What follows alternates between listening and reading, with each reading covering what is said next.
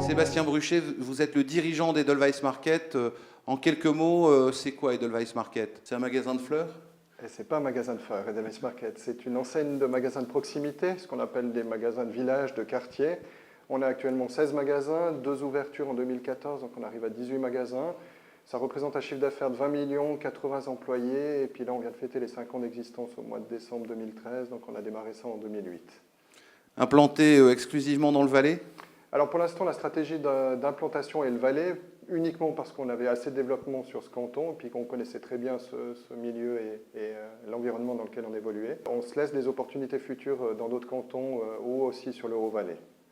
Alors uniquement dans des villages ou demain peut-être un Edelweiss Market dans une ville?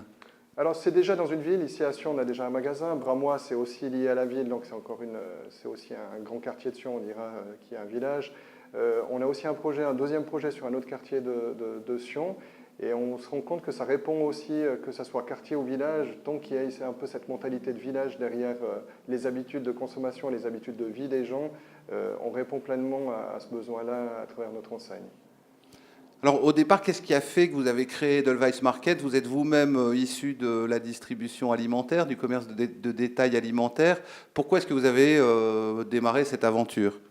Alors oui, effectivement, moi je viens d'un parcours complet dans le commerce de détail. J'ai fait un apprentissage au départ, après avec un diplôme d'économiste en cours d'emploi. Donc c'est vrai que j'ai un parcours complet, autant bien expérience professionnelle qu'aussi dans ma formation dans le commerce de détail. Il y a eu 2-3 éléments déclencheurs. Un important, c'est que je suis parti une année à l'étranger où j'étais vivre au Canada, sur la région ouest, donc sur Vancouver. Aussi sur la partie Californie où j'ai eu le temps vraiment de voyager aussi. Et c'est vrai que là, j'ai pu voir aussi les habitudes de consommation. On allait un peu dans tous les extrêmes. Ça veut dire qu'on faisait des grands malls, ce qu'on peut dire les centres commerciaux ici. On regroupait énormément d'activités, puis que c'est de déplacer le commerce, on en faisait des lieux de loisirs. Puis à l'opposé, je voyais plein de quartiers où il y avait plein de petits magasins alimentaires, soit gérés par des personnes étrangères, asiatiques, etc., mais avec un vrai dynamisme commercial. Et plein de gens du quartier, des Américains, des Canadiens, qui achetaient leurs fruits et légumes extrêmement frais dans des tout petites shops. Et à l'opposé, vous avez des grands centres avec des offres abondantes. Donc c'est vrai que c'était un peu déclencheur, ce que j'ai pu constater là-bas. Et surtout, il y a eu à un moment une opportunité sur le marché suisse, en tout cas valaisan, de créer cette enseigne parce qu'il n'était pas couvert, ce marché de niche n'était pas couvert par ni les grands acteurs, ni par d'autres. Et je restais assez persuadé qu'il fallait avoir une petite entreprise de proximité pour faire de la proximité. Et qu'une grande entreprise n'allait pas revenir comme ça sur un marché de niche. Parce que la proximité, c'est un métier particulier dans le commerce pour vous? Alors la proximité, je dis, ce n'est pas un argument marketing, quoi. Si vous essayez de faire de la proximité en disant nous on le fait, ça ne va pas, quoi. Nous on le fait auprès de nos fournisseurs, on essaie de travailler avec des fournisseurs qui ont notre taille. Ça nous permet aussi d'avoir des produits que toutes les grandes chaînes ne peuvent plus avoir. Et puis on s'enlève un intermédiaire parce qu'on arrive à les négocier avec des petits fromagers qui sont extrêmement intéressés de travailler avec nous parce qu'on fait un peu de volume. Mais si on était 10 fois plus grand ou une taille comme les grands acteurs, ils ne peuvent plus travailler avec ces produits. Et le client, de l'autre côté, il recherche ça. Et nous, ça nous permet aussi d'être compétitifs avec les prix parce qu'on a un intermédiaire de moins. Donc la proximité, c'est vraiment au niveau des fournisseurs, au niveau des ressources humaines, bien sûr au niveau du marketing aussi, d'être engagé dans les villages, auprès de sociétés, auprès des communes, auprès des manifestations. Il y a un vrai engagement au quotidien qui se fait là derrière. Mais ça veut dire que la pâte à tartiner au chocolat, pour ne pas citer de marque, chez Edelweiss Market, elle est valaisanne aussi ou... Non, elle est pas valaisanne et on doit la vendre parce qu'on veut jouer pleinement ce rôle de dépanneur. On dit il faut qu'une famille valaisanne dans un village, des personnes âgées peuvent se fournir et se nourrir complètement chez nous. Donc bien sûr qu'on continuera à vendre ces produits-là, mais c'est vrai qu'on essaiera de mettre en avant d'abord des produits valaisans, d'abord des produits suisses. N'empêche que oui, on ne va pas passer à côté de ça. Après, je pense qu'une pâte à tartiner, comme vous le dites, il y a une grosse différence. Si on la vend avec passion, avec plaisir, en partageant une discussion avec une personne âgée qui a un point d'ancrage important social dans son village, qui est le magasin, ou si vous allez dans une grande surface commerciale où vous allez scanner votre produit parce que vous n'avez même plus de caissière à la sortie, je pense qu'il y a une approche qui est différente d'un produit identique dans la façon de le vendre. Est-ce qu'on peut dire alors que Edelweiss Market fait plus du social que du commerce? Non, je crois qu'on fait vraiment du commerce, quoi. Et c'est plutôt peut-être les grandes enseignes qui ont perdu peut-être des fois cette notion du commerce. Pour moi, le commerce, C'est un plaisir d'acheter auprès des fournisseurs, c'est un plaisir de connaître ses clients personnellement par leur prénom. On demande ça à nos vendeuses, d'essayer de connaître, pas d'essayer, de connaître vraiment les clients, de les appeler par leur prénom, de partager un moment, de savoir qu'est-ce qui se passe dans leur vie, etc. Mais de nouveau, pas que dans un but uniquement vénal et de vendre quelque chose, c'est vraiment dans un but de proximité qu'on veut faire ça. Et je crois que non, on n'est pas social, on est plutôt vraiment de redevenus commerçants. En tout cas, c'est le plaisir qu'on a et ce qu'on essaie de transmettre à nos clients, comme les commerçants étaient avant, à connaître parfaitement leurs clients, à essayer de leur vendre des produits qu'ils n'étaient pas censés acheter au départ, à leur faire envie avec des produits de petits producteurs valaisans ou de choses nouvelles, etc. quoi. Non, un vrai métier de commerçant avant tout. Alors vous arrivez bientôt à 20 points de vente. Qu'est-ce qui a fait que le premier point de vente a marché et puis que vous avez réussi maintenant à trouver d'autres emplacements, voire même des communes qui vous demandent? Vous n'êtes pas forcément obligé d'aller les chercher. Qu'est-ce qui a fait que la mayonnaise ait pris autour des Edelweiss Market? Alors dès le départ, on voulait créer une chaîne de magasins. Donc moi, j'ai pas repris, le premier magasin était Bramois, je ne l'ai pas repris pour être épicier à Bramois. Il y avait ce plan d'arriver une dizaine, quinzaine de magasins qui étaient dessinés depuis le début. Donc c'était un objectif clair et précis de construction par rapport à ça, avec un business plan qui était analysé pour y arriver. Après, il y a un paramètre de chance qui est certain, parce qu'il faut être là juste au bon moment, il faut donner l'engagement par rapport à ça. Je redis, je pense que l'analyse du marché avait été faite assez correctement, de dire il y a un trou, il y a un marché de niche. Il y avait une population vieillissante aussi dans les magasins indépendants où on trouvait des gens qui géraient ces magasins et qui arrivaient à un certain âge. Aucune jeunesse derrière avec un enthousiasme pour se dire super, je vais devenir épicier, ça va être un avenir fantastique. Donc il n'y a pas ça, il n'y a pas cette motivation. Le métier était très peu valorisé. Donc il y avait ces indépendants qui étaient là. De l'autre côté, il y avait quelques acteurs qui ne se consacraient plus pleinement à la défense de ces magasins ou à la bonne gestion. Et c'est vrai que le succès du premier a fait qu'on a eu un deuxième. Et puis après, la mayonnaise, effectivement, a pris. Je pense qu'on était au bon moment. Après, il y a une qualité du travail et une rigueur dans ce qu'on a voulu mettre en place. On fait les choses assez simplement chez nous. On ne veut pas avoir la prétention de trop en mettre plein la vue. Mais ce qu'on fait, on essaie vraiment de faire. Et ça, j'ai toujours voulu le plus correctement possible. Et je pense que c'est aussi cette rigueur et cette qualité du travail qui a été reconnue. Après, un des points, c'est qu'on est en Valais, et puis en Valais, il y a le bouche à oreille, il y a le réseau qui est assez important. Mais de nouveau, si vous ne faites pas votre travail, le réseau, il va très vite aussi vous dire que vous ne faites pas votre travail. Donc, mais j'ai su en bénéficier comme il faut, puis l'utiliser aussi pleinement par rapport à ça. Mais il y a une vraie responsabilité auprès de la population, auprès des communes. Quand on a du soutien des communes, ou qu'on a la confiance des communes ou des propriétaires, venus de pas grand-chose, en tout cas les premiers, il faut faire le boulot 2 fois mieux que ce qu'on vous le demande, parce qu'on ne va pas vous louper si l'erreur n'est pas autorisée. Et comment vous faites alors pour motiver la vendeuse du magasin de Montana Village? Vous disiez vous-même avant, ce rôle était occupé par des gens qui avaient peut-être perdu leur enthousiasme commerçant. C'est un de vos aspects importants. Comment vous faites pour la maintenir motivée, cette vendeuse? Alors la qualité du personnel qu'on engage, c'est quelque chose d'extrêmement important pour nous. Et une des chances aussi qu'on a, c'est qu'aujourd'hui sur le marché, si vous êtes vendeuse sur ce métier-là, vous avez des grandes chaînes et puis vous avez des chaînes aussi étrangères, etc. Et ce n'est pas forcément non plus l'extase d'aller travailler sans critiquer, mais on se constate, et c'était aussi à mon étonnement, on a des gens très compétents avec des parcours complets depuis des années dans les chaînes leaders qui viennent postuler chez nous, quoi. Et moi, ça a été ça une surprise. Et on se rend compte de nouveau que d'avoir une approche humaine du commerce, d'avoir une approche de rigueur aussi, où le patron y passe, il exige des choses, où vous devez rendre des comptes à vos fournisseurs parce que vous n'avez pas bien fait votre boulot, etc., ça se perd, quoi, parce que dans les grandes chaînes, vous êtes venus dans des automatismes où toutes les commandes sont automatisées. Chez nous, les commandes, elles se font encore, c'est la gérante qui décide, c'est elle commande 2, 3, 4 boîtes, mais c'est votre responsabilité de commander 2, 3 cartons. Donc, quelque part, ça donne aussi de la motivation, de la responsabilité aux gérantes. Après, de nouveau, c'est de passer, c'est de les suivre, c'est de les écouter, c'est d'être présent et de sentir qu'il y a vraiment, qu'on pousse derrière, qu'on est présent pour ça. Et que c'est pas de nouveau, on a dit qu'on fait de la proximité, toi tu souris, puis tu vas travailler dans un magasin. C'est pas ça, quoi. Il faut vraiment qu'à tous les niveaux, ça pousse derrière aussi et que ça motive par rapport à ça. Mais je pense que ça passe beaucoup par la qualité des engagements qu'on fait et la qualité de notre personnel. Si vous deviez nous donner une idée de l'offre en nombre de références, du positionnement prix et du marketing que vous avez, le marketing de Edelweiss Market, il est relativement classique pour un commerçant alimentaire? Alors, le nombre de produits, c'est environ 2000 références qu'on a dans nos magasins. La politique de prix, on assume plus ou moins, on dit on a une différence de 5% par rapport aux acteurs leaders qui sont Coop, Migros aujourd'hui sur le marché.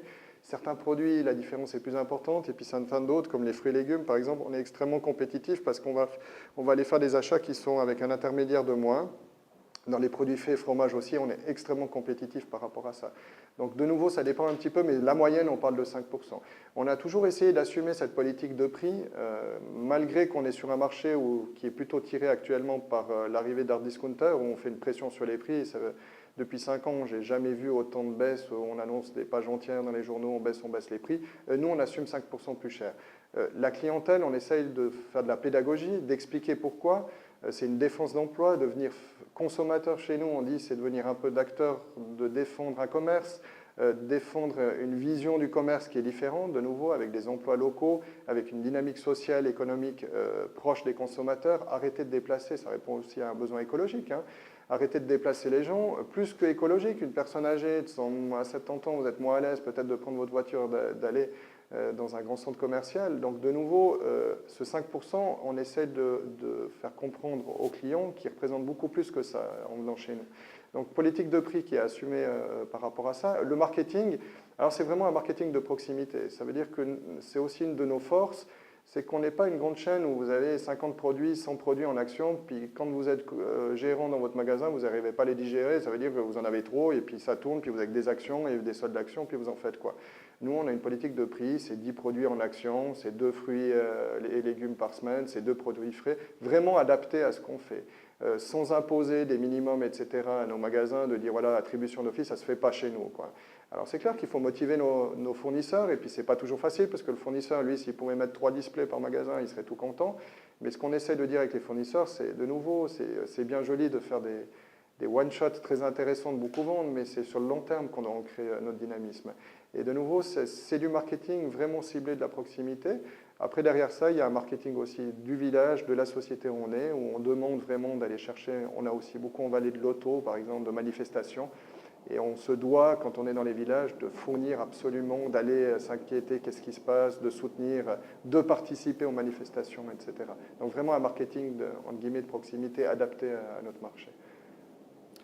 Alors, dans les remarques consommateurs, quand vous arrivez dans un nouveau village ou au tout début d'Edelweiss Market, est-ce qu'il y a une remarque qui correspond à quelque chose qui vous a marqué et qui correspond pour vous à votre plus grand plaisir dans cette aventure Edelweiss Market, la voix d'un consommateur qui vous a marqué? Alors, je suis plutôt assez exigeant, donc j'écoute plutôt les remarques négatives pour essayer de les corriger. Après, ce qui fait plaisir, oui, c'est une enseigne valaisanne, c'est un développement valaisan, où il y a une jeunesse derrière, où on pensait de nouveau que c'était un métier vieillissant, etc. Donc cette dynamique, on sent que le client, il l'aperçoit et puis ça lui plaît bien. Et c'est vrai que ça, c'est des choses assez agréables à entendre. Après, moi, c'est surtout dans mon personnel. Et quand je sens qu'on reprend des magasins où d'un coup les personnes disent ben voilà, on a de nouveau du plaisir à travailler au quotidien, pour moi, je sais qu'on fait juste, quoi. Et ça, c'est une des remarques les plus positives. Après, dans les remarques négatives qu'on entend, c'est souvent par rapport au prix. Ah oui, mais c'est trop cher. On compare par rapport alors des fois, on compare par rapport aux gros acteurs, puis d'un coup, on compare par rapport aux hard discounters. Mais là, on leur dit, mais voilà, on sait, on vend de l'alimentation, c'est qu'il y a une qualité aussi, on pourra toujours vendre moins cher, mais notre saucisse, c'est mon boucher dans notre chaîne de magasins qui la fabrique pour tous nos magasins, etc. Vous pouvez venir voir un jour. Voilà, il y a une vraie démarche qualitative produit, etc. par rapport à ça. Et on écoute aussi ces remarques négatives. C'est vrai qu'après, on essaye par nos promotions d'être très actifs aussi, de montrer qu'on peut être compétitif sur certains prix. De nouveau, tout en assumant globalement notre politique commerciale. Alors, ça serait quoi votre rêve le plus fou pour Edelweiss Market? Je ne sais pas, en nombre de magasins, dans 5 ans, dans 10 ans, dans 20 ans, vous diriez quoi? Ah bon, le rêve le plus fou, je crois que c'était de prendre le premier magasin. Et puis moi, je l'ai déjà atteint. Depuis le premier jour, je dis souvent ça à ma famille, à mon épouse, ça ne lui plaît pas, mais je lui dis tous les matins, moi, je ne vais pas travailler depuis 5 ans, quoi. Je vis un rêve, quoi. Je m'engage pour ce que j'ai envie de faire, etc. Donc, c'est un rêve continu. Après, maintenant, si on se projette sur l'avenir, j'ai toujours dit, ce n'est pas la quantité qu'il faut aller choisir, c'est la qualité. Tant qu'on arrive à gérer des magasins, assez de nombre de magasins, avec notre philosophie, avec notre approche marketing, avec cette proximité avec les gens, on peut continuer à grandir. Mais si je sens qu'on perd ça, il faut pas. parce que ça sera l'étape de plus. Donc, ce n'est pas dans la quantité, mais c'est de maintenir cette qualité et c'est d'y travailler vraiment. Et même qu'on ait un métier de volume, on sera toujours sur un marché de niche et ça sera toujours marginal. Donc, aujourd'hui, je peux faire x2 mes magasins. Mes conditions d'achat, elles vont se lisser, mais ça ne va pas être le jour et la nuit.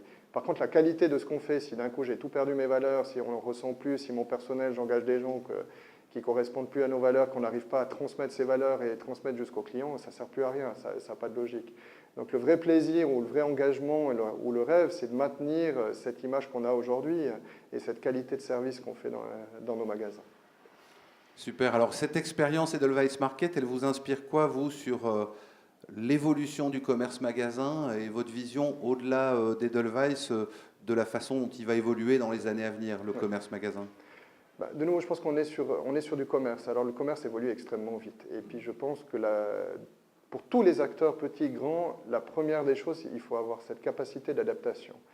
C'est-à-dire que même mon métier va peut-être changer, il va peut-être falloir faire plus de services. On le voit déjà, on a par exemple la Poste qui vient de plus en plus, parce qu'ils ferment des offices postaux qui viennent dans nos magasins. On doit apprendre ce métier-là, on le fait, qui est un plus pour nous.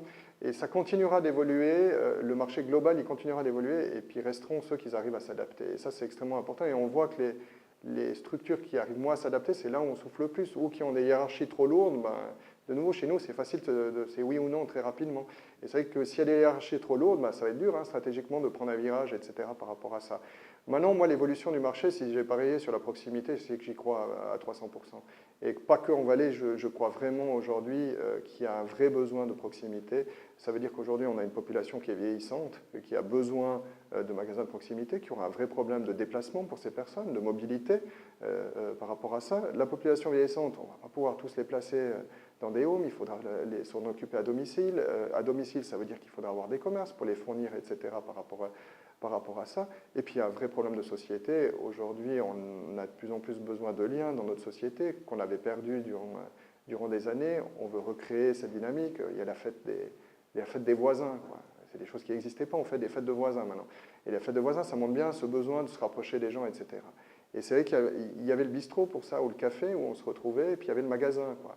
Et nous, on a souvent des dames qui disent « Oui, mais vous voyez, nous, le bistrot, on ne va pas, parce que c'est plutôt les hommes, mais nous, on aime bien se retrouver dans ces magasins-là. » Et ce qui est plus que plaisant, c'est qu'on est en train de réussir à regrouper aussi intergénérationnel. Ça veut dire que d'un coup, la grand-mère qui est très contente, elle est en train de dire à sa fille qu'il y a des petits-enfants, etc. Et puis, il y a un vrai plaisir de se dire « Voilà, ma grand-mère, elle a du plaisir, nous, on va aussi. » Et puis, on se retrouve aussi là-dedans.